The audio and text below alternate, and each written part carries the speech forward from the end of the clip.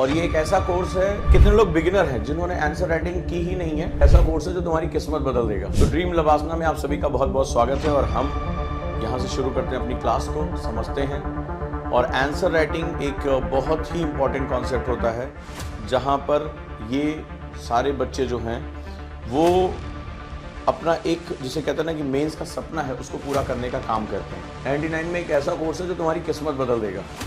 Answer writing की ऐसी ऐसी तकनीक हैं इसके अंदर, राइट, मात्र 99 रुपये में। तो किसी ने कहा था कल, मुझे चैलेंज किया था कि सर 99 में कोर्स निकाल के दिखाइए। तो यार ओजान सर को ना चैलेंज किया करो, ओजान सर के पास सारी चीज़ें हैं। ये एक ऐसा कोर्स है ना, अब ये लिंक भी शेयर हो जाएगा। और ये एक ऐसा कोर्स है जिसमें आंसर राइटिंग में तुम ऐसी ऐसी चीज़ें सीखोगे जिसमें तुम्हारा जो थॉट प्रोसेस ही पूरा का पूरा चेंज हो जाएगा। चलो, इसको जानने से पहले थोड़ा सा हम आगे बढ़ते हैं और चीज़ों को समझते हैं। रेडी हो? तो पेन और पेपर के साथ रेडी होना पड़ेगा। हम जब बात करते हैं आंसर राइटिंग की, कितने लोग बिगिनर हैं जिन्होंने आंसर राइटिंग की ही नहीं है या वो परेशान है कि वो अच्छा आंसर नहीं लिख पाते? सबसे पहले मुझे मैसेज करो, कितने लोग हैं जो बहुत परेशान हैं, आंसर राइटिंग कर ही नहीं पाते हैं, कोई दिक्कत होती है? Right, very nice.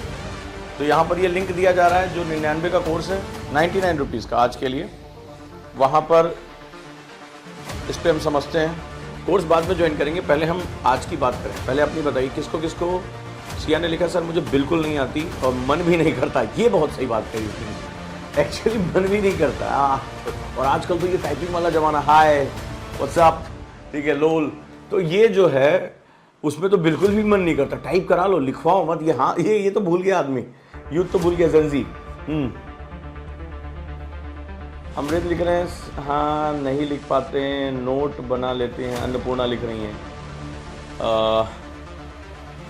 बताओ कुछ अपनी बात बताओ, कभी सोचा आंसर राइटिंग क्यों नहीं कर पाते हो? जबकि तुम्हें पता है कि मेंस का सिलेक्शन ही, मेंस ये जो हार्ट है ना, ये हार्ट यूपीएससी का, ये मेंस है। 1750 नंबर, 1750 मार्क्स। प्री के मार्क्स जोड़े नहीं जाते। इंटरव्यू तुम्हारे हाथ में नहीं है, किसी दिन अच्छा है किसी दिन बुरा है, नो, डोंट नो। जो सबसे सीरियस किसी पे जिसके मार्क्स से आपका सिलेक्शन होगा, अगर मैं यहां लिख दूं सिलेक्शन, तो वो मेंस से होगा।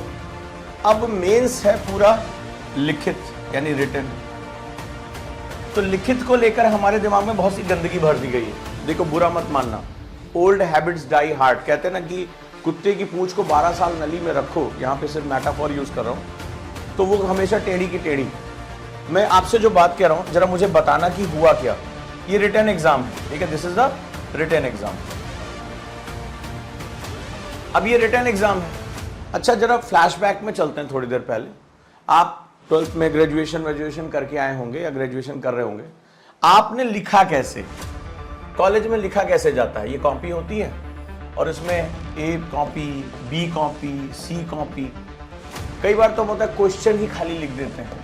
तो हम कैसे करते हैं? 5 साल का पढ़ लिया या उसको ऐसे कहो रट लिया, कुंजी आती है, गाइड, इंपॉर्टेंट क्वेश्चन कर लिए, कुछ भी लिखा, मतलब क्वेश्चन को ही 3-4 बार लिख दिया, उसका कोई वर्ड समझ में आया उसके बारे में लिख दिया। और ये होता है यार, A copy, B copy, C copy, D copy भर देंगे, पास तो हो ही जाएंगे। कितने लोगों ने ये काम किया है? ईमानदारी से, ऑनेस्टी के साथ बताना। मैं तुम्हारी एक हैबिट से आपको परिचय कराने जा रहा हूँ, एक हैबिट से, राइट? कितने लोग साथ हुए? हाँ, एक्सेप्ट करो। अब इसमें तुमने क्या किया, तुम्हारे वर्ड्स की जो प्रैक्टिस थी वो अनलिमिटेड वाली हो गई थी। कई बार मैंने तो कॉपी चेक की है, क्वेश्चन ही लिख दिया, कहानी लिख दी, कुछ भी समझ में आया, मतलब कुछ भी पूछ लिया।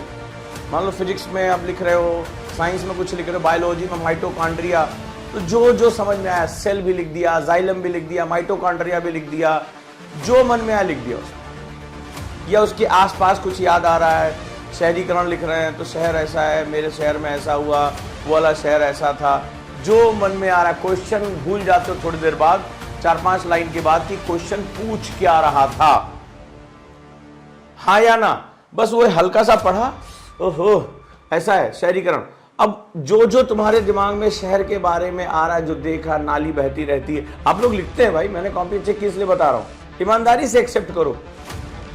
और थोड़ी देर बाद आप 4-5 लाइन लिखने के बाद आपको पता ही नहीं होता क्वेश्चन पूछा क्या, जो जो उसके बारे में समझ में आया हाँ या ना बताते रहना। बस टारगेट होता है यार सी कॉपी भर के आए, बाहर आप लोग निकल के बात भी करते हैं, सी कॉपी भर दिया बेटा, पास तो होना तय, 30 नंबर कहाँ जाएंगे, मास्टर साहब को तो देंगे। कुछ भी कुछ भी कुछ भी कुछ भी लिख दिया। और हिंदी माध्यम तो खैर लिखता ही है। झांसी की रानी के बारे में पूछे तो एकदम तलवार की धार कैसी थी, गर्दन पे कैसे गिरी, उससे निकलता हुआ रक्त और सब कुछ व्याख्या। स्वतंत्रता संग्राम आंदोलन में उनकी भूमिका पूछी जा रही है और तलवार की तुम महिमा की वर्णन कर रहे हो, उससे निकलते टपकते खून से तुम चर्चा कर रहे हो, खूब लड़ी मर्दानी के बारे में बात करो, क्वेश्चन पूछ रहा है स्वतंत्रता संग्राम में उनके योगदान को लेकर। हुआ है ये, ऐसा होता है, राइट। और ये कितने सालों से कर रहे हो, सब लोग बताओ कितने सालों से कर रहे हो। तो आंसर राइटिंग प्रैक्टिस मैं किसी बिगिनर को करा सकता हूं, लेकिन जो बिगड़ा हुआ है उसको कराना बड़ा मुश्किल काम होता है। Old habits die hard. आपने प्रशिक्षण लिया इसका 3-3, 4-4 साल। किरण लिख रही है सर बना बना के कुछ भी, अरे कॉपी पड़ी है। मैं कॉपी चेक करने गया था, पहले दिन हंसते हंसते मेरा पेट दर्द हो गया, मैं छोड़ के चला आया कॉलेज में, जो है जब मैं असिस्टेंट प्रोफेसर था, कॉपी चेक करने तो पैसा मिलता है कॉपी में, तो टीचर दर चेक करते रहते, कुछ भी नोट वोट सब निकला है, कहानियां निकली हैं। मेरे पिताजी जो हम लोग सुनते थे चुटकुलों, मैंने अपनी आंख के सामने देखा है, सब कुछ अपनी आंख के सामने देखा है।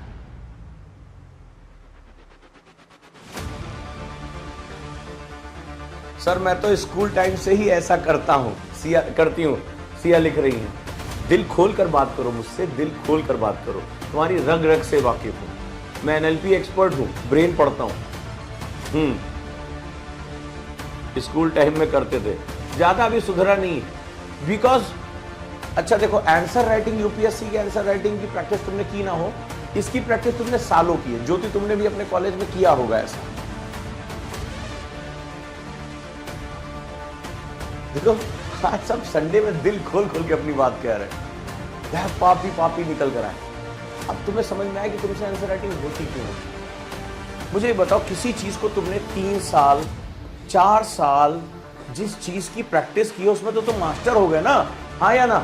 और तुम मास्टर किस में हो गए, फेंकने में। क्वेश्चन क्या कह रहा है, हल्की सी एक नजर डाली, भाई साहब उसमें जो वर्ड पिक हो गया, बहस लिया उसमें। क्वेश्चन आया ज्योग्राफी में, बहते हुए जल के द्वारा बनी हुई आकृतियों का वर्णन करें। दिमाग में सेट हो गया बहता हुआ जल, बोला बहता हुआ जल बहुत सुंदर लगता है, बहते हुए जल बहुत मनोरम दृश्य पैदा करता है, लेकिन बहते हुए जल से टंकी खाली हो जाती है। बहते हुए जल में जो है वो मछलियां रहती हैं। बहते हुए जल को देखकर मन में बहुत अच्छा लगता है। बहता हुआ जल पीने के काम आता है। बहता हुआ जल, अरे भाई साहब आप लिखते हैं, क्वेश्चन पूछ रहा है बहते हुए जल से बनने वाली स्थलाकृतियों का वर्णन करें। स्थलाकृति गई तेल लेने, वर्णन गया तेल लेने, सब कुछ बहता हुआ जल है। मैं जब सुबह सुबह टंकी खोलता हूं तो बहते हुए जल की आवाज से मेरे परिवार की नींद खुल जाती है। बहता हुआ जल हमें आध्यात्मिक सुख देता है। मैं जब जब पहाड़ों पर जाता हूं बहते हुए जल के पास ध्यान लगाता हूं। ठीक है, और आप बढ़िया सा उसके बारे में। फिर कई लोग इससे भी एडवांस होते हैं, बहते हुए जल के लाभ और बहते हुए जल की हानियां और बहते हुए जल से बनने वाली स्थलाकृतियां गई तेल लेने। खत्म हो गई बात। बोलो हां या ना, ये पाप किसने किसने किया है। अब और ये आपने 1-2 बार नहीं, साल दर साल किया। पहली बार जब किया होगा तो घबराहट हुई होगी, लेकिन जब पहली बार करके हमारे धन्य जो शिक्षक हैं उन्होंने जब आगे बढ़ा दी, क्योंकि मैं वहां था तो मुझे सिस्टम पता है। तो क्या हुआ, मैंने मेरी पहली बंडल आई, मैंने फेल कर दिया। जिसने पैसा डाला उसको तो जबरदस्ती फेल किया मैंने। चल प्रिय, तो जो हेड होता है, सेंटर हेड, आया दौड़ते हुए, क्या कर रहे हो जान सर आप, क्या हो गया। बोले सर मैंडेट है, रिजल्ट गिरना नहीं चाहिए। मैंने कहा रिजल्ट गिरना नहीं चाहिए मतलब, तो सर पास करना पड़ेगा।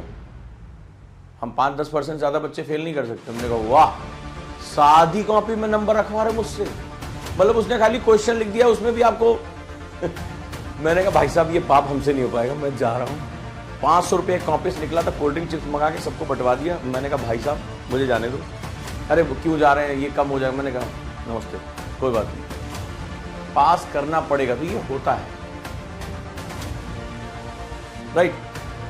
अब जो मैं महत्वपूर्ण बात कहने जा रहा हूं, हमारा जो आंसर राइटिंग है, यहां तक सबने एक्सेप्ट कर लिया, ये पाप में सभी भागीदार हैं, हमाम में सब नंगे, ठीक है। इसी साल एग्जाम देना तो आंसर राइटिंग करनी चाहिए क्या अभी?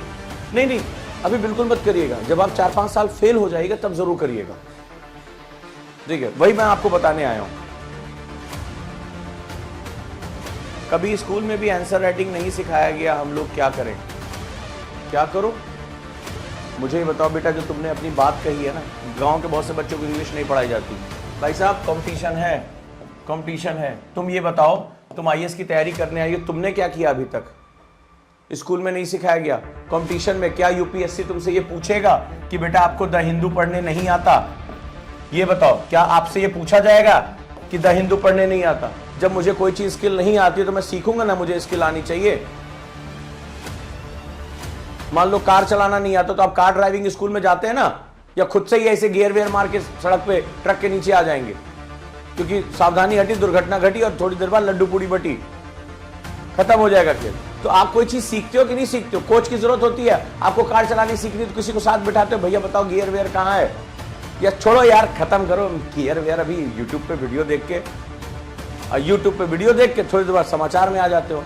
एक युवक या युवती की बात समझ में, तो भाई साहब आपको नहीं आता, क्या यूपीएससी आपसे ये पूछने जा रहा है कि सब आपको हिंदू पढ़ने नहीं आता, आपकी इंग्लिश बहुत कमजोर है, सर आपको आंसर राइटिंग नहीं आता? आप जाकर उससे बोलोगे? ऐसी कोई संस्था है, ऐसा कोई एप्लीकेशन है कि सर मेरे स्कूल में मुझे आंसर राइटिंग नहीं सिखाया गया? यूपीएससी कहेगा भाई साहब आपको लग रहा है कि आप कमजोर हैं, तो आपसे कंपटीशन में आने के लिए किसने कहा? काहे भीड़ बढ़ा रहे हैं? जाइए दूसरी नौकरी करिए, हमने बना रखी है रेलवे की भी नौकरी, लोको पायलट की।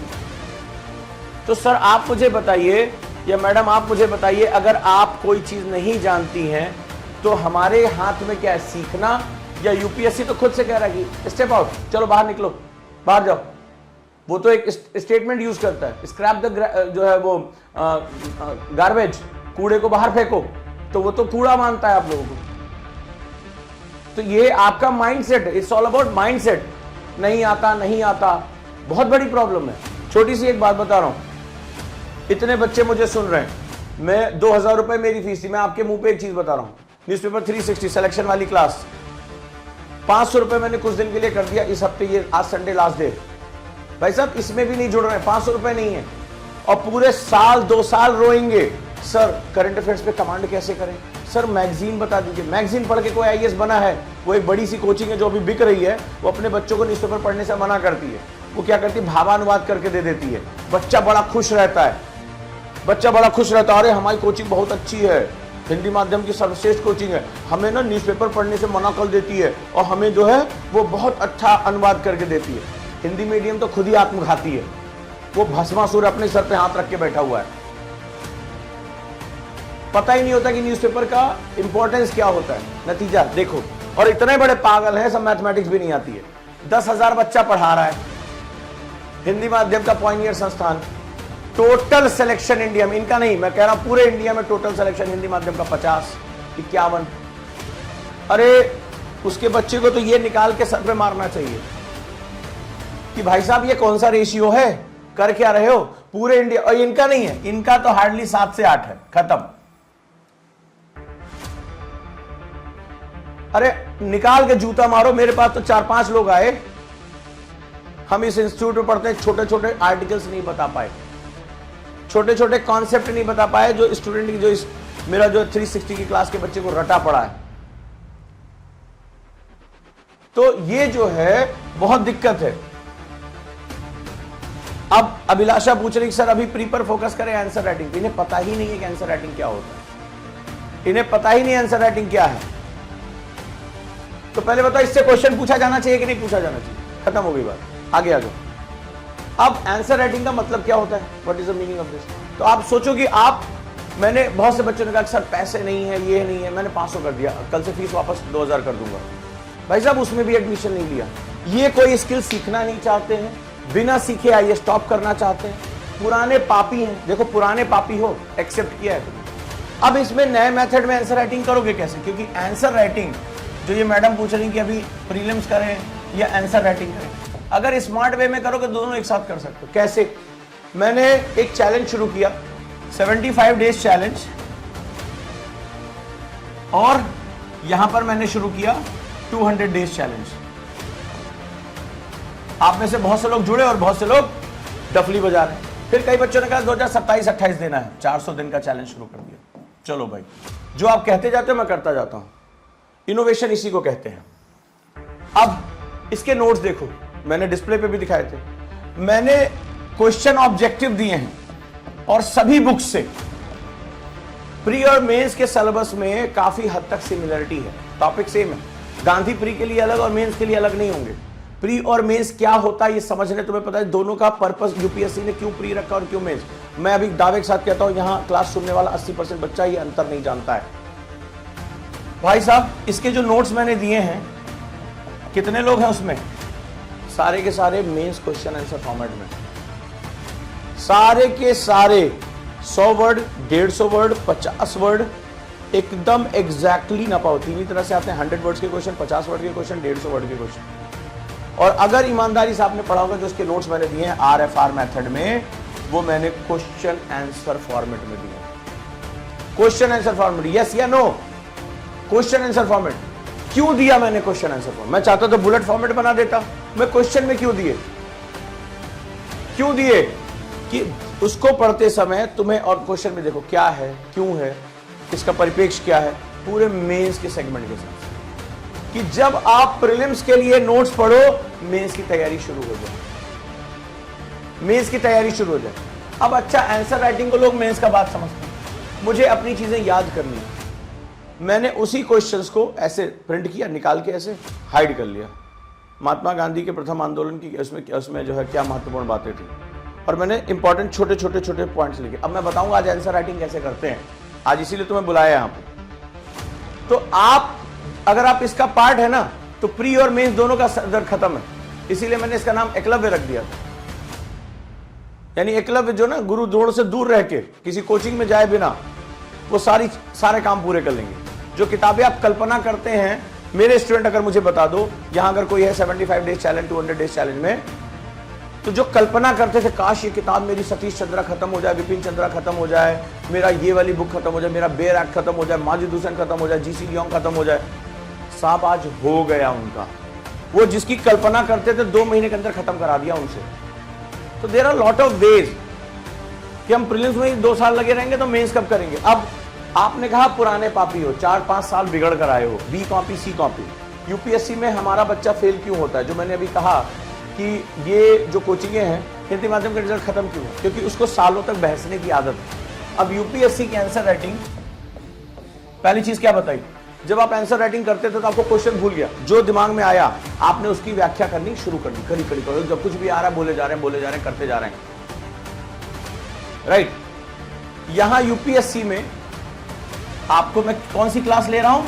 आंसर राइटिंग की क्लास ले रहा हूं ना, है ना? आप यही करने आए हो। यूपीएससी का स्टेप नंबर 1 ये बिल्कुल उल्टा होता है। जो कॉलेज में तुम पाप करके आए हो, ये पाप धोने के लिए तुम्हें एक प्रशिक्षक की जरूरत है। एक प्रशिक्षक की बहुत जरूरत है तुम्हें। क्यों? क्योंकि तुम बिगड़े हुए हो और तुम सबने एक्सेप्ट किया कि कॉलेज में, स्कूल में यही करके आए हैं, B copy, C copy, D copy, question देखते कुछ भी जो मन में आया लिख दिया, और सभी ने किया। दिल पे हाथ रख के बोल दो, गुरु से झूठ बोलोगे वैसे कहीं नहीं जाओगे। तो पहला इसमें होता है क्वेश्चन राइटिंग। जी हां, जिस स्टूडेंट को पहली आर्ट नहीं आती है, क्वेश्चन राइटिंग, लिखो इसको। जो क्वेश्चन, सारी पावर यूपीएससी की आंसर डिलीवरी की, नियम है ये। जिस स्टूडेंट को क्वेश्चन क्रैक करना नहीं आता है, बहुत बड़ी आर्ट है, उसकी कोडिंग नहीं आती है, उसकी कैटेगरी नहीं आती है, उसके कीवर्ड नहीं आते हैं, उसके टेल वर्ड नहीं आते, उसके नेल वर्ड नहीं आते। मैं क्या वर्ड बोल रहा हूं? जिसको क्वेश्चन पर कमांड नहीं की, इसके अंदर कितनी बातें रखी हुई हैं, वो आंसर लिख ही नहीं सकता। ये यूपीएससी है, तुमने अभी यूपीएससी का मेंस का पेपर ही नहीं देखा, इसका मतलब यूपीएससी है। क्यों, मैं आपको बताता हूं। अभी मैंने शहरीकरण का नाम लिया। शहरीकरण में इस क्वेश्चन को यूपीएससी ने जीएस पेपर 1 में पूछा है, इसको जीएस पेपर 2 में पूछा है, इसको जीएस पेपर 3 में पूछा है, इसी एक टॉपिक को अब जीएस पेपर 1 में पूछा है, जीएस पेपर 2 में पूछा है, जीएस पेपर 3 में पूछा। क्या साहब, जब जीएस पेपर 1 में पूछा तो उसके सामाजिक सांस्कृतिक विन्यास के बारे में पूछा, इंडियन सोसाइटी से शहरीकरण कैसे, अर्बनाइजेशन कैसे। जब जीएस पेपर 2 में पूछा है तो इसने पॉलिटिकल एस्पेक्ट से पूछा है, और जीएस पेपर 3 में जब पूछा है तो इसने इकोनॉमिक पर्सपेक्टिव से पूछा है। यानी एक ही टॉपिक को पेपर में 3 तरीके से इसने पूछा, और तीनों की आंसर राइटिंग बिल्कुल अलग है। अगर पेपर 2 में आपने पेपर 1 की स्टाइल से लिख दिया, मार्क्स नहीं देंगे, आप चाहे कितना अच्छा लिख के चले हो। पेपर 3 में अगर आपने पेपर 2 की स्टाइल से लिख दिया, सरकार ने ये कानून पास किया, ये वो दुनिया भर का, उससे कोई मतलब नहीं। वो उसके इकोनॉमिक पर्सपेक्टिव पे बात कर रहा है। इतना खतरनाक होती है आंसर राइटिंग, और आंसर राइटिंग से पहली चीज होती है, लिख लो इसको, how to command on questions. How to command on questions. Step number 1 समझ गए, हाँ या ना? और ऐसे बोलने से नहीं आएगा, इसके लिए बहुत सघन प्रशिक्षण की जरूरत पड़ती है, और इस बात को ऐसे हाथों पे गोद लो। इंटेंस ट्रेनिंग की नीड होती है, और मैं जितने स्टूडेंट सेलेक्टेड देखता हूं, भले चाहे वो यूट्यूब पे जाके बोले मैंने सेल्फ स्टडी की है, आंसर राइटिंग में किसी ने सेल्फ स्टडी नहीं की, किसी ने नहीं की है। एक नहीं, उन्होंने 2-2 कोचिंगों की एक साथ मदद ली। एक से वो क्वेश्चन लेते थे, हाँ जो सुन रहे हो बिल्कुल सही सुन रहे हो, सबसे ज्यादा पैसा जितने भी मैं सेलेक्टेड कैंडिडेट जानता हूं, टॉप रैंकर जानता हूं, जितने से मैं लबासना में जाके मिलता हूं, सिंगल कोई स्टूडेंट ऐसा नहीं, सिंगल, जिसने आंसर राइटिंग पे कोचिंग ना ली हो। और एक नहीं, 2-2, एक से वो क्वेश्चन कलेक्ट करते थे, एक में वो कॉपी चेक कराते थे, फिर जब वो और सीनियर होते, जब प्रैक्टिस करते 1.5 साल, तो फिर वो और ज्यादा कि भाई अपनी कॉपी को, अपने आंसर को 2-2 कोचिंगों को भेजते थे। आपका पर्सपेक्टिव क्या है, आपका पर्सपेक्टिव क्या है, फिर वो स्किम करके अपना एक मॉडल बनाते थे। आंसर राइटिंग एक ऐसी बला है, इसके बिना तुम्हारा सिलेक्शन होगा ही नहीं, भूल जाओ, लिख लो। प्रिलिम्स निकाल के पहुंचोगे तो भी क्या, मेंस के ही क्वेश्चन मैं तुम्हें बताता हूं, मेरे एक जानने वाले हैं आईपीएस हैं इस समय, तुम्हें इंटरव्यू की हालत बताता हूं, प्री के मार्क्स जोड़े नहीं जाते, इंटरव्यू में मिनिमम 80 मार्क्स दिए जाते हैं। पता नहीं क्या हुआ उनके साथ, उनको 80 मार्क्स ही मिले, यानी मिनिमम नंबर मिले, 80 मार्क्स ही मिले। लेकिन जनाब, बंदे का ऑप्शनल इतना स्ट्रांग था, बंदे ने आंसर राइटिंग इतनी की थी कि मेंस के मार्क्स के दम पे जब टोटल मार्क्स जोड़े गए तो कायदे से तो वो बाहर थे, लेकिन बंदे ने ऑप्शनल में मारा था दबा के नंबर, 360 के ऊपर नंबर मार दिए थे। आंसर राइटिंग इतनी शानदार थी, जीएस में एसए में ऐसे शानदार नंबर मारे कि टोटल जब उनकी रैंक बनी तो आईपीएस। ये है पावर आंसर राइटिंग की, ये है पावर मेंस की। मेरी सिस्टर इला 51th रैंक, यूपी की टॉपर, लेकिन उसका टॉप 10 का सपना था, मेहनत भी उसी ने उसी तरह से किया था, लेकिन वो पहुंच गए जोशी सर के बोर्ड में। अब जोशी सर के बोर्ड में वो थोड़े सख्त आदमी हुई, बच्ची जैसी, 24 ईयर एज, 23 चल रही थी, और ये जोशी सर के बोर्ड में वो घबरा गई और कुछ ऐसे भावनात्मक प्रश्न पूछ लिए कि जिसने उसको वहीं पे डिस्टर्ब कर दिया। भाई 23 साल का बच्चा कुछ ऐसे इमोशनल क्वेश्चन पे काउंटर कर दिया, अब वो थोड़ा सा सकपका गई। वो तो एकेडमिकली तैयार होकर गई थी, इंटरव्यू है, कुछ भी कर सकते हैं, कुछ भी पूछ सकते हैं। कुछ इमोशनल चीजों पे ऐसी बात की, जीवन की घटनाओं को लेकर ऐसी बात की कि मतलब आदमी माइंडसेट बना के जा रहा है, मुझसे आईआर के क्वेश्चन पूछेंगे, फलाना क्वेश्चन पूछेंगे, और वो सडनली टर्न हो गया। तो आपको नहीं पता, और वही इंटरव्यू के मार्क्स थोड़े से उसके ज्यादा होते, वो टॉप 10 के अंदर थी। 312 प्लस नंबर मारे उसने ऑप्शन में। तो आंसर राइटिंग ही सबसे बड़ी पावर है, लेकिन उसके कई कैंडिडेट जो इंटरव्यू में उससे ज्यादा नंबर लेकर आए थे, उससे रैंक में पीछे हो गए। ताकत कहां से आई? मेंस से आई। और मेंस की ताकत कहां से होती है? Answer writing. तो आंसर राइटिंग की शुरुआत कहां से होती है? क्वेश्चन राइटिंग से। दूसरा सेगमेंट, दूसरा सेगमेंट है। ये कह रही है वीडियो ठीक नहीं चल रही है, वीडियो ठीक चल रही है ना। दूसरा step number 2, never start with answer writing. क्या कह रहे हैं सर आप? कभी भी स्ट्रक्चरल आंसर राइटिंग नहीं करनी चाहिए शुरू। स्ट्रक्चरल कभी भी स्ट्रक्चरल आंसर राइटिंग नहीं करनी चाहिए। तो स्ट्रक्चर मतलब इंट्रोडक्शन, कुछ भी क्वेश्चन देखा लिखना शुरू कर दिया, बॉडी, कंक्लूजन। कभी भी किसी बिगिनर को इस स्ट्रक्चर में शुरुआत नहीं करनी चाहिए। जिसने इस में प्रैक्टिस की और उसको लग रहा, घर में लोग आए ऐसे लिखते ना, प्रस्तावना, व्याख्या, उपसंहार, यही बचपन से सिखाया गया है। जिसने ये कर लिया उसका करियर खत्म है। यूपीएससी में तो नहीं चलेगा। यूपीएससी में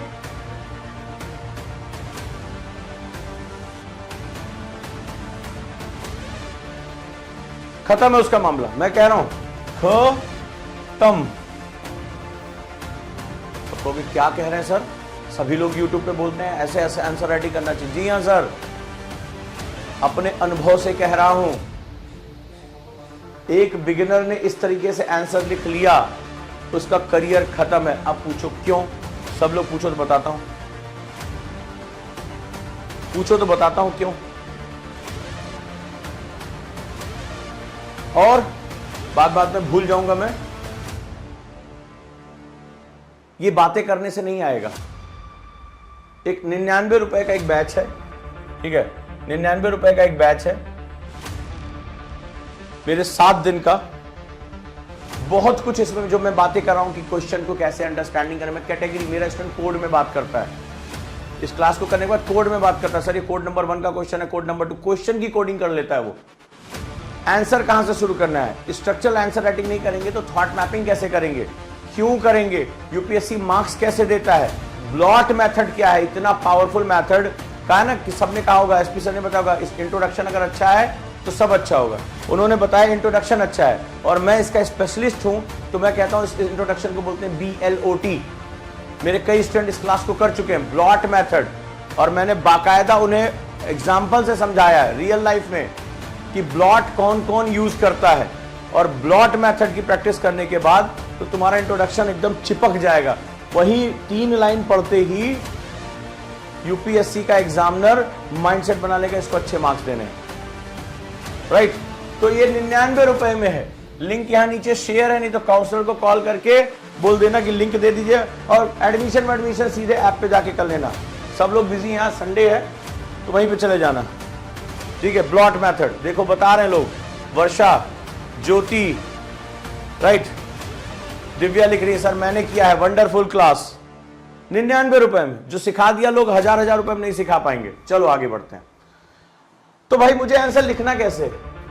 कभी भी जब स्ट्रक्चर आंसर राइटिंग की बजाय हमेशा कम से कम 3 महीने, कम से कम 3 महीने थॉट मैपिंग करनी है। थॉट मैपिंग करनी है। क्यों? वाई? क्वेश्चन पूछो, सर स्ट्रक्चर राइटिंग से मना क्यों कर रहे हैं? Thought map. पहली बात, एक तो आपके नोट्स बहुत शानदार बनेंगे, रिवीजन आप कम से कम टाइम में कर पाएंगे, चाहे प्री का कर रहे हो चाहे मेंस का कर रहे हो। अगली सबसे इंपॉर्टेंट चीज, यूपीएससी चाहता क्या है? यूपीएससी कभी एक क्वेश्चन नहीं पूछता। जब आप क्वेश्चन को क्रैक कर जाओगे ना तो तुम्हें दिखाई पड़ेगा एक क्वेश्चन में 2 से 3 क्वेश्चन छुपे होते हैं मिनिमम। जब ये टेल वर्ड, नेल वर्ड ये सब सीखोगे, अब होगा क्या, राइट, अब होगा क्या? कृष्ण कुमार कह रहे हैं सर आपकी मेहनत वाकई में बहुत लाभदायक है, ये आपकी मेहनत 200 दिन चैलेंज ले लिया है, लवासना पहुंच जाएगा।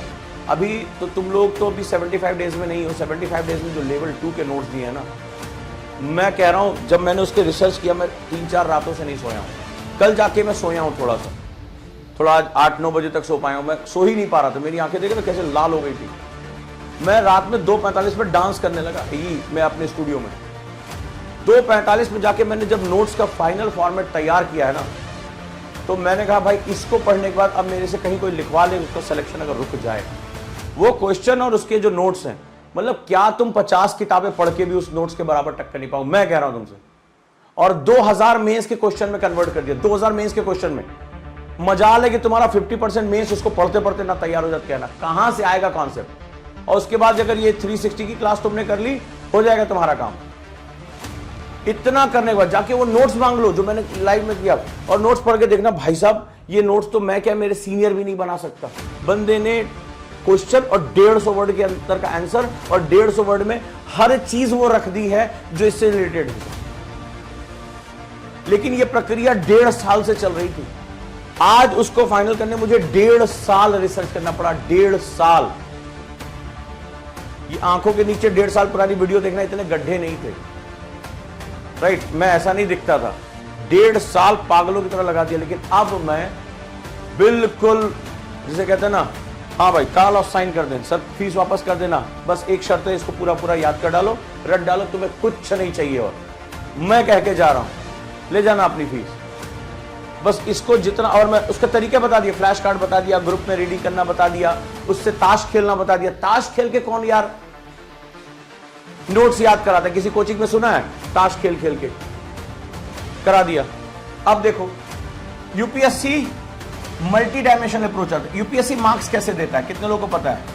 यूपीएससी क्वेश्चन जैसे तुम्हारे यहां होता था ना, लास्ट में ऐसे टिक लगा देते थे ऐसे, और फिर लिख देते थे 10 में 7 नंबर। ऐसे आप लोगों में अगर कोई टीचर वीचर होगा ऐसे कॉपी चेक करते कि नहीं करते, ये बताओ? ऐसे करते कि नहीं? होता है ना? आप लोग भी अगर कोई टीचर वीचर को पढ़ाते होंगे तो 10 में 7 नंबर, 10 में 6 नंबर ऐसे लिख, लास्ट में से टिक टिक टिक टिक ऐसे कुछ अंदाजा से बना दिया, ऐसे आंसर देते हैं। यूपीएससी ऐसे मार्क्स नहीं देता। यूपीएससी किसी क्वेश्चन के कीवर्ड डिफाइन करता है। लकली मैंने वो फॉर्मेट देखा हुआ है पुराने प्रोफेसर के माध्यम से। उन्होंने मुझे फोटो कॉपी तो नहीं दी, लेकिन उन्होंने मुझे जाना कि बहुत एंथुसियास्टिक है, तो मुझे उन्होंने दिखाया था कि यूपीएससी मार्क्स कैसे डिफाइन करता है। तो क्या होता है, कीवर्ड्स होते हैं। सपोज दैट एक क्वेश्चन पूछा गया और इस क्वेश्चन में 5 कीवर्ड्स, 5 कॉन्सेप्ट्स होने चाहिए। स्ट्रक्चर तो देखो, लिखने का तरीका कोई पॉइंटर में लिखता है, कोई सेंटेंस में लिखता है, कोई कंपैरेटिव, तो उसका कोई स्ट्रक्चर नहीं होता है, राइट? अब ये 5 क्वेश्चन है, 10 मार्क्स का क्वेश्चन है।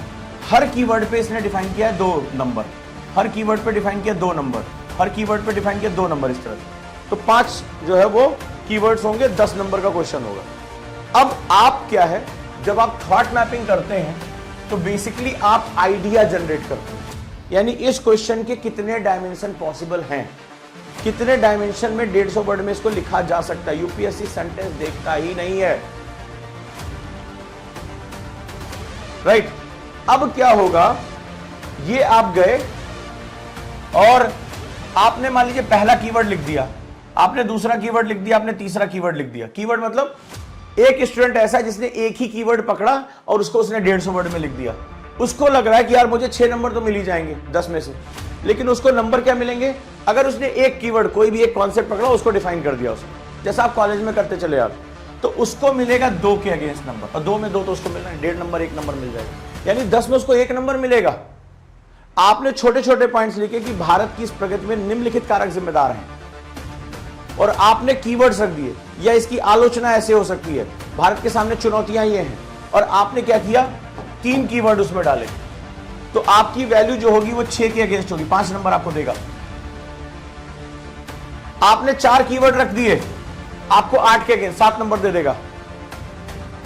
आपने 5 के 5 कीवर्ड रखे, 8 नंबर 9 नंबर दे देगा। राइटिंग तुम्हारी कैसी है, तुमने और बाकी जो कॉन्सेप्ट एलाबोरेट किए कि नहीं किए।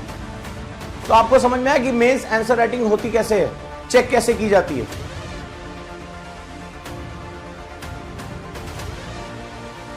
तो आप अगर एक कीवर्ड लिखते हैं और आपको लग रहा है आपने बहुत शानदार आंसर लिखा, 150 वर्ड में लिखा, आपको मिलेगा इस कीवर्ड की वैल्यू का आंसर 1 नंबर या 2 नंबर मिलेगा, इससे ज्यादा आपको नंबर ही नहीं मिलेगा। इसीलिए बहुत लोगों को लगता है कि वो बहुत अच्छी आंसर राइटिंग कर रहे हैं, कुछ नहीं है। आंसर राइटिंग कीवर्ड के अगेंस्ट होनी चाहिए। जितने ज्यादा आप कीवर्ड फेच कर पाओगे उतने ही ज्यादा मार्क्स के करीब पहुंचोगे। इनका सेटअप होता है कि इस आंसर के फ्रेम में ये कीवर्ड होने चाहिए। अगर ये कीवर्ड्स हैं, यानी कीवर्ड्स मतलब ये कॉन्सेप्ट्स होने चाहिए। अगर तुम भारत श्रीलंका की विदेश नीति पर आंसर लिख रहे हो तो भारत श्रीलंका की विदेश नीति पर क्वेश्चन के हिसाब से जो इसने क्वेश्चन सेटअप किया है उसको उम्मीद है कि ये महत्वपूर्ण जो है वो विकास के कारक होंगे, ये चुनौतियां हैं।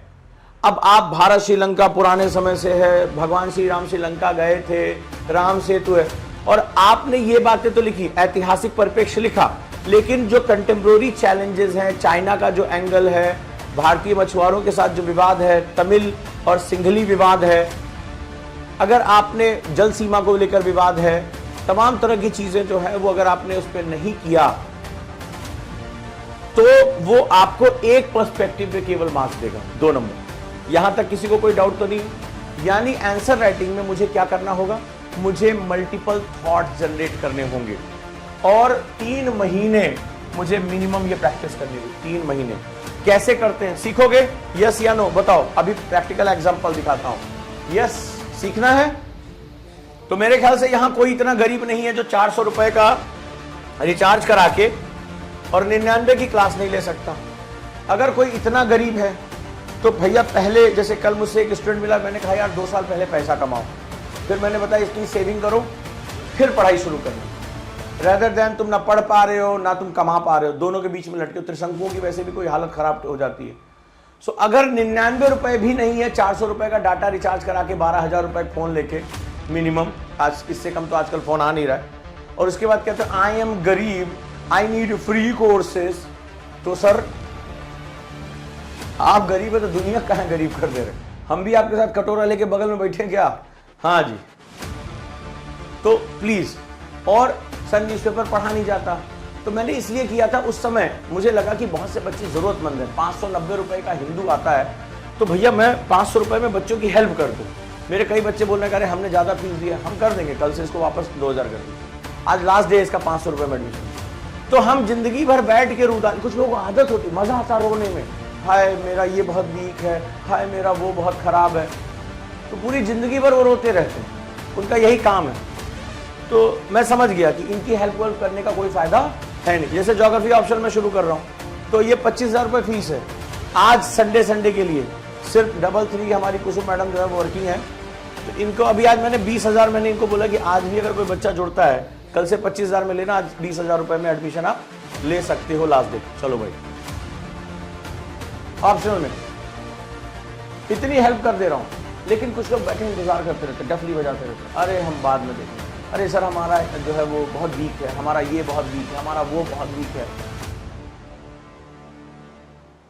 ठीक है, हाँ पीएम मोदी गिफ्ट दिए हैं, डाटा तो तुम्हारा जो है वो अंबानी गिफ्ट किए होंगे, एक जो है दोनों तुम्हारे रिश्तेदार लगते हैं। ठीक है, और डाटा का मिसयूज कैसे जो है, और चार्जर वार्जर बिजली वो मुख्यमंत्री गिफ्ट किए होंगे। बातें तुम लोगों से करा लो खाली। जितनी बुद्धि दूसरों को बेवकूफ बनाने में लगाते हो, उतनी बुद्धि अगर खुद को बनाने में लगा लो, अच्छा तो शायद आईएएस बन जाओ और जिंदगी में किसी के आगे हाथ नहीं फैलाना पड़ेगा। बाकी हमें लगता है हम बहुत स्मार्ट हैं। चलो अब थोड़ा हम सीखते हैं सेगमेंट क्या होता है, एक एग्जाम्पल लेते हैं। रेडी? क्वेश्चन है 2017 मेंस का क्वेश्चन है, examine how the decline of traditional artisan industry in colonial India crippled the rural economy. परीक्षण कीजिए कि औपनिवेशिक भारत में पारंपरिक कारीगरी उद्योग के पतन ने किस प्रकार ग्रामीण अर्थव्यवस्था को अपंग बना दिया। तो मैंने पहला लैंग्वेज क्या सिखाया? पहला हमें सीखना है कि क्वेश्चन को क्रैक डाउन करो, राइट द क्वेश्चन अगेन। अब इसको आपको प्रैक्टिस के दौरान, सीखने के दौरान क्वेश्चन को क्रैक करना होगा। अभी तक आप यूनिवर्सिटी में क्या करते थे? क्वेश्चन देखते ही अंग्रेज दिखाई पड़ रहा है इसमें, हाँ ठीक है अंग्रेज दिखाई पड़ गया, गरीब ग्रामीण दिखाई पड़ रहा है, अब फिर तो आपने तो जो ऐसा भैंसा है कि एग्जामिनर की आंखों से खून निकल आए, ये यहां नहीं करना है। Think it, examine, the word is, first word is examine. Examine परीक्षण कैसे करते हैं?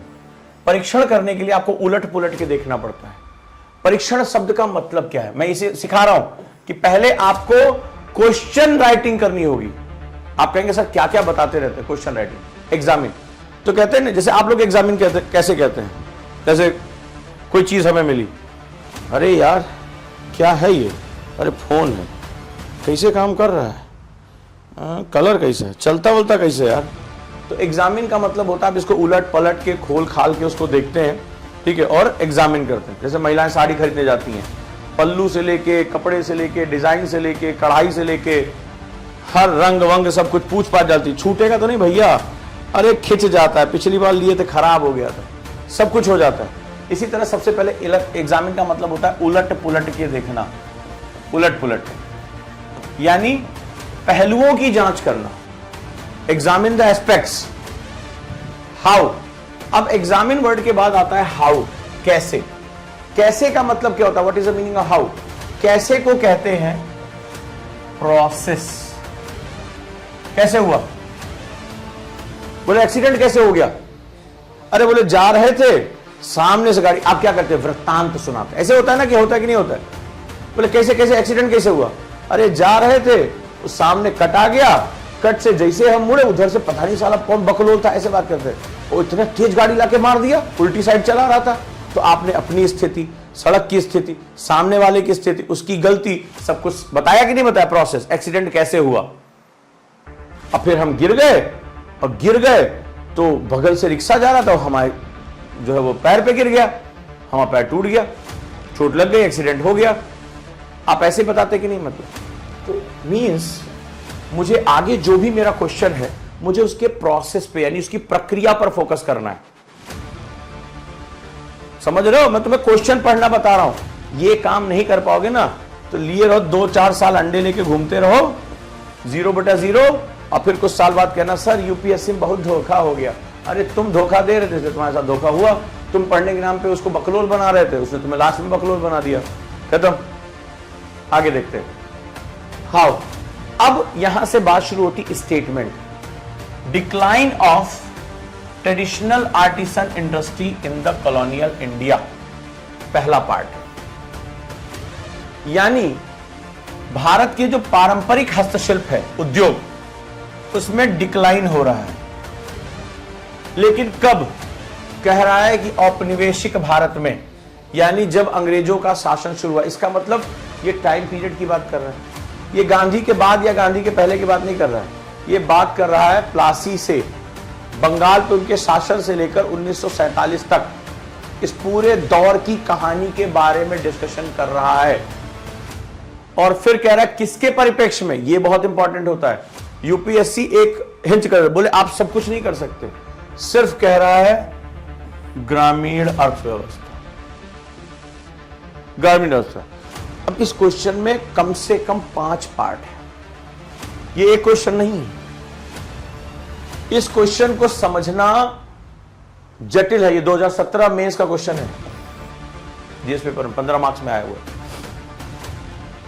राइट, समझने की कोशिश करो ये क्या है।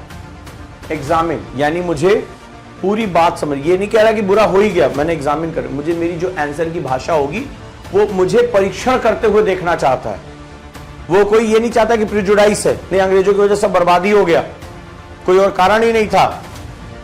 तो ये कह रहा है कि जब आप आंसर लिखेंगे, अपनी भाषा जब यूज करेंगे, तो आप परीक्षण करते हुए दिखने चाहिए। आप जो न्यूट्रल होने चाहिए, नहीं भाई मैं ना अंग्रेजों की तरफ हूं ना भारतीयों की तरफ हूं, मैं सिर्फ परिस्थितियों का परीक्षण कर रहा हूं। ध्यान रखना, आंसर की टोन होती है, सिर्फ आंसर नहीं होता, शब्द नहीं होते आंसर, आंसर की टोन होती है। आप क्या भाव जता रहे हैं, ये भाव एग्जामिनर पकड़ लेता है। बहुत कठिन आर्ट है।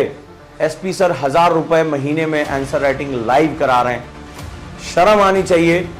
ये दुनिया भर की कोचिंगें 56,000 80,000 लेती हैं, और कोई सीनियर टीचर कभी खड़ा होकर एसपी सर के टेम्परामेंट का, मेरे टेम्परामेंट का खड़ा होकर नहीं पढ़ाता है। इसके बावजूद भी स्टूडेंट जो है, मजाल है कि वो अपने करियर को लेकर इन्वेस्टमेंट कर ले, मोबाइल में इन्वेस्ट कर लेगा, दोस्तों में कर लेगा, कपड़ों में कर लेगा, लेकिन जो चीज उसकी जिंदगी बना सकती है उसमें इन्वेस्टमेंट नहीं करता है। तो परीक्षण, हाउ यानी मुझे प्रक्रिया लिखनी है, किसके संदर्भ में लिखनी है। एक दौर है, टाइम है, कॉलोनियल इंडिया। किसका पतन कर रहा है? ट्रेडिशनल आर्टिसन का, लेकिन कहां कर रहा है? रूरल इंडिया में। इतने पार्ट हैं इसमें। प्रक्रिया, क्या, कहां, कब। समझे? ये क्वेश्चन पढ़ रहा हूं मैं। अब चलिए आप एक काम करिए। स्टेप नंबर 2 बताया कि नेवर राइट इन स्ट्रक्चर वे। इसको स्ट्रक्चर में लिख ही नहीं पाओगे, बिगिनर इसको मर जाएगा। गोबर सा लिख के 36 बार पढ़ेगा, बोले बहुत अच्छा लिखे, और सोचेगा सर आंसर राइटिंग कर रहे हैं। आंसर राइटिंग नहीं कर रहे हो, तुम गोबर राइटिंग कर रहे हो। एक और राइटिंग होती गोबर राइटिंग, ठीक है, वो कर रहे हो। यहां पर आपको क्या करना है, अपने दिमाग पे आपको सेंटेंस स्ट्रक्चर का बोझ नहीं देना है। या तो तुम थिंक करोगे या तुम लिखोगे, तो दोनों काम अभी एक साथ नहीं कर सकते जब तक तुम्हारा प्रशिक्षण ना हो जाए। देखो भाई, मान लो मैं साइकिल चलाना सीख रहा हूं, तो मैं जब सीख रहा था ना कैंची वैची साइकिल जिसको चलाने आती है उसको पता होगा कितनी बार गिरा हूं यार। जिस दिन पहली बार गद्दी पे बैठा था धड़ाम से गिरा सेकंड भर के अंदर, लेकिन इतना खुश था आज मैं गद्दी पे बैठ गया 1 महीने गिरने के बाद। बड़ी मुश्किल से साइकिल मिलती थी, कहीं से मांग मांग के लाना पड़ता, पिताजी देते ही नहीं थे। तो किसी पकड़ के सिखा दो उसको साइकिल चलाने आती। पहले तो हम 1 हफ्ता पहले उसको मनाए हैं यार साइकिल चलाना सिखा दो, यार साइकिल चलाना सिखा दो, टाइम दे दो। और गिरे धड़ाम से, धीरे धीरे क्या हुआ प्रो हो गए सीखते प्रैक्टिस करते करते। फिर तो हाथ छोड़ के कटवट लगता था, कंपटीशन होता था बिना स्टैंड के साइकिल कौन खड़ी कर सकता था। हम लोग करते थे कि मतलब बिना स्टैंड के साइकिल सिर्फ 2 पहिए पे खड़ी कर, स्टैटिक साइकिल खड़ी कर लेते थे। प्रैक्टिस, हाथ छोड़ के साइकिल चलाते थे, कट मारते थे भाई साहब। वो जहां पहली बार गद्दी पे चढ़ने के लिए 1 महीना गिरे, बाद में प्रो हो गए। तो अगर आप थॉट प्रोसेस पहले जनरेट करोगे, फिर राइटिंग जनरेट करोगे, फिर एक साथ थॉट प्रोसेस और राइटिंग जनरेट होगी। क्लियर है? चलिए तो जरा इसके कुछ थॉट प्रोसेस लिखो, इसका थॉट मैपिंग करो, टीएम करो थॉट मैपिंग। कितने कितने डायमेंशन है देखो, बताओ मुझे।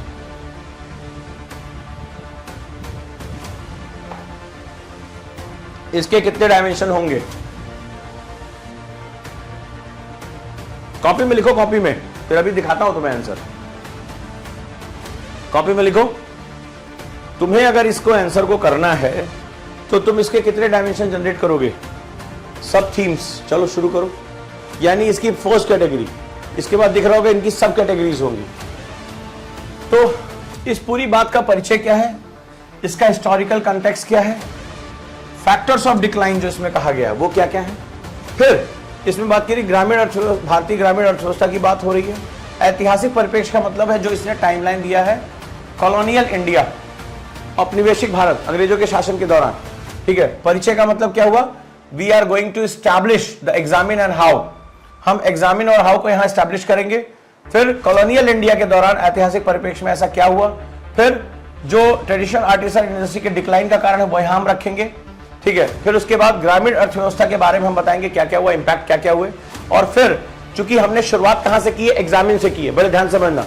तो जब एग्जामिन से शुरुआत करते हैं तो इसका मतलब होता है कि आप एक जज की भूमिका में होते हैं, एक न्यायकर्ता की भूमिका में होते हैं। तो जब भी हम एग्जामिन से शुरू करते हैं तो हमें अपना उपसंहार रखना पड़ता है, यानी कंक्लूजन रखना पड़ता है। कंक्लूजन का मतलब होता है ना जजमेंट दिया, हाँ तो सारे गवाहों को मद्देनजर रखते हुए मैं ये फैसला सुनाता हूं। आप एग्जामिन शब्द को यहां पर लेकर आएंगे, जो आपकी स्टार्टिंग वो यहां पर एंडिंग होगी। क्लियर? ये इसका जो है क्या होगा, डायमेंशन होगा। अब सवाल है कि मेरे पास, ध्यान में रखना, ये तुम्हारी कॉलेज की कॉपी नहीं है कि बहसते रहो बहसते रहो बहसते रहो। ये जो है बेसिकली आपका क्या है, 150 वर्ड से 250 वर्ड के अंदर लिखना है। तो अब आपको क्या करना पड़ेगा, इनकी सब कैटेगरीज जनरेट करनी है। ध्यान रखेंगे आप लोग, इनकी सब कैटेगरीज जनरेट करनी है। क्लियर है? तो आप ये करना आपके लिए आसान है। स्ट्रक्चर राइटिंग, व्याख्या, प्रसंग, ये सब बिल्कुल नहीं करना आपको। आप पहले उनकी टाइमलाइन, इसको बोलते हैं टाइमलाइन, क्वेश्चन की टाइमलाइन। तो जो क्वेश्चन पढ़ पाएगा, आप मुझे दिल से बताइएगा जो मुझे सुन रहे हैं, अगर हम क्वेश्चन पढ़ना नहीं सीखेंगे तो क्या मैं ये टाइमलाइन बना पाऊंगा, कैटेगरी बना पाऊंगा? अभी इसके बाद है कुछ, ये बताओ। अगर मैं इसको छोटे छोटे टुकड़ों में नहीं तोड़ पाऊंगा कि मेरा क्वेश्चन मुझसे क्या कह रहा है, डिमांड क्या हो रही है, तो इसी डिमांड के अनुरूप आपको स्ट्रक्चर करना है। कर पाऊंगा? अब बताइए कितने लोगों ने ये एकदम एग्जैक्टली मैच कर लिया है। अब इसके बाद आ जाते हैं कि ये मेरी मेजर हेडिंग्स है, ये मेरी कैटेगरीज हैं। अब इनकी सब कैटेगरीज तैयार करते हैं, क्या क्या लिखना है। राइट, चलिए अब हम इसके सेकंड हिस्से में आ जाते हैं। हमारा परिचय था, तो परिचय में अब इसका सेकंड हेडिंग देखते हैं, औपनिवेशिक भारत की पृष्ठभूमि, background on the colonial India. तो क्या क्या किया था कॉलोनाइजेशन ने, अब इसके अंदर हम लिखेंगे इसकी सब हेडिंग्स, इसकी सब कैटेगरीज। यानी आप फ्रेम करेंगे कि बेसिकली औपनिवेशिक भारत में क्या क्या था, भारत में किस तरह का हस्तशिल्प था, और पारंपरिक हस्तशिल्प उद्योग का हमारे यहाँ क्या महत्व था। हम ब्रिटेन को टक्कर दे रहे थे, हम भारत के गांव गांव में हमारे पास इकोनॉमी थी, हमें इकोनॉमी के लिए किसी सरकार पर डिपेंड नहीं होना था। इसके बाद ऐतिहासिक परिप्रेक्ष्य में, तो उपनिवेशिक काल से, चूंकि हम क्या कर रहे हैं, हम उसको तुलना कर रहे हैं। डिक्लाइन का मतलब क्या होता है, सर मेरे हाथ से कब छूटकर गिर गया, सर मम्मा ने कहा अरे ये किसने फोड़ा, ये कब किसने फोड़ा, ऐसे बोलते हैं। मम्मा वो गिर के टूट गया, उतना ऊपर चढ़ा कौन, ऐसे बोलती ना, कौन चढ़ा उतना ऊपर, कैसे चढ़े इतने ऊपर। कैसे चढ़े अलमारी के ऊपर, कैसे लड्डू निकालने के चक्कर में तुमने बर्तन तोड़ दिए, ऐसे पूछती थी। तो इसका मतलब जो नीचे गिरा वो कभी ऊपर था। तो इसमें वो कह रहा है कि आप कैसे कहोगे कि वो गिर गया। बोला सर मेरी जेब में 20 रुपया, मैं बहुत गरीब हूं। तो पूछेगा पहले तुम्हारे जेब में कितना रुपया था, बोले 10 रुपया। बोले भक 10 रुपया था, 20 रुपया कह रहा है, मैं गरीब हूं। लेकिन आप कहोगे पहले मेरी जेब में 1000 रुपया था, मेरे जेब में 20 रुपया है। बोले हाँ भाई, इससे पैसा किसी ने छीन लिया, इसका 980 रुपया किसी ने ले लिया, इसके साथ कोई धोखाधड़ी हुई है, यानी ये पहले 1000 रुपया रखता था, 20 रुपए पे आ गया है। तो आपको यहां तुलना करनी पड़ेगी औपनिवेशिक काल से पहले, यानी कि प्री उनके आने से पहले। जैसे जवाब दिया जाएगा 17.5% वर्ल्ड जीडीपी हमारे पास थी, चाइना से और अमेरिका से ज्यादा 17.5% वर्ल्ड जीडीपी हमारे पास थी। फिर गिरनी जब शुरू होगी, डिक्लाइन का मतलब होगा जब इन्होंने प्रभाव डाला, हमारे यहाँ कपड़ा बंद कर दिया, इंपोर्ट ड्यूटी, हमारे एक्सपोर्ट ड्यूटी 32% लगा दिया, अंग्रेजों का सामान फ्री में आ सकता था, हमारा सामान में जो बड़ा, जैसे ट्रम्प टैरिफ लगा रहा है वैसे टैरिफ लगा दिया, ठीक है, एक्सपोर्ट ड्यूटीज लगा दी उस पर, आर्टिसंस को बर्बाद कर दिया गया, कई जगहों पे हाथ तक कटवा दिए गए। तो अत्याचार उन्होंने शुरू किया, ठीक है। तो ये यहाँ पर काम होगा।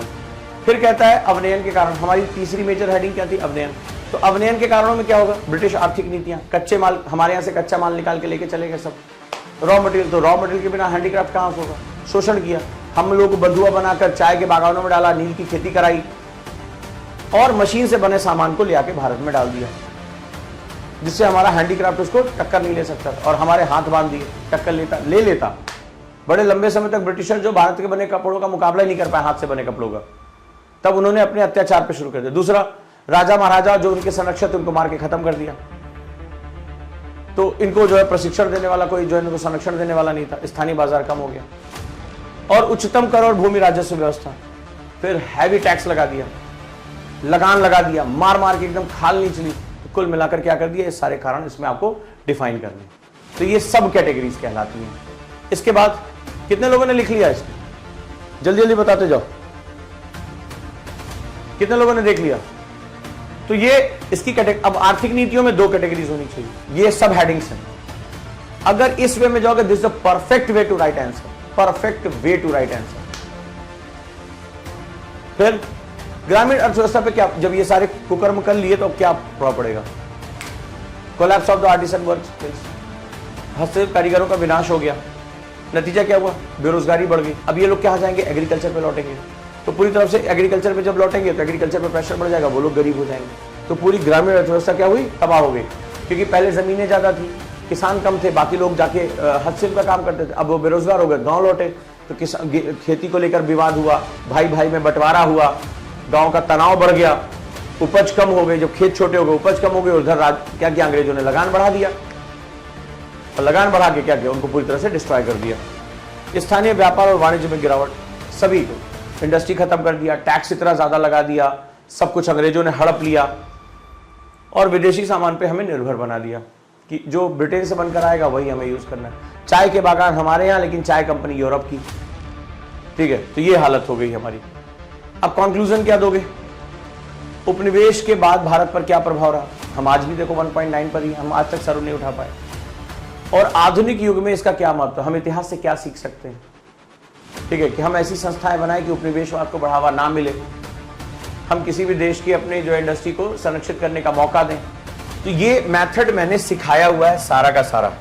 अगर आज जरा सा भी आपको लगे कि भाई इसके बिना मेरा सिलेक्शन नहीं होगा, तो 99 रुपीज में पहले जाके इंट्रोडक्शन लो कि होता क्या। मैंने इसमें बहुत विधिवत सिखाया, ब्लॉट मेथड, 8 टाइप के क्वेश्चन पढ़ना सिखाया। आप कोडिंग में बात करना शुरू करो, जो भी क्वेश्चन हम कर रहे थे ना, देखते इसकी कोड मार दोगे, ये कोड कौन सा है, इसके रेफरेंस में आंसर कैसे लिखना है, थॉट मैपिंग कैसे जनरेट करनी है, प्रैक्टिस सिखाया, ब्लॉट मेथड कैसे यूज करना है, इंट्रोडक्शन कैसे करना है, सब कुछ सिखाया है।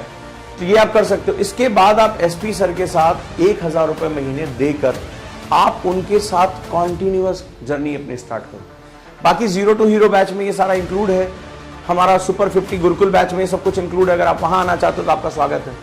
दूसरा, मैं पढ़ाने जा रहा हूं ज्योग्राफी ऑप्शनल, ठीक है। तो आज इसकी फीस मैं 5000 और कम कर रहा हूं, 30,000 की जगह 20,000 कर रहा हूं। जिनको आज एडमिशन लेना है, हमारी जो काउंसलर हैं कुसुम मैडम, वो वर्किंग है आज, मेहनती हैं वो, 8750711133 उनका नंबर है। उनको कॉल करके एडमिशन अपना ले लो, एडमिशन ले लो। जीएस ज्योग्राफी का कोर्स आपका, वैसे तो कुछ भी कोर्स ले सकते हो।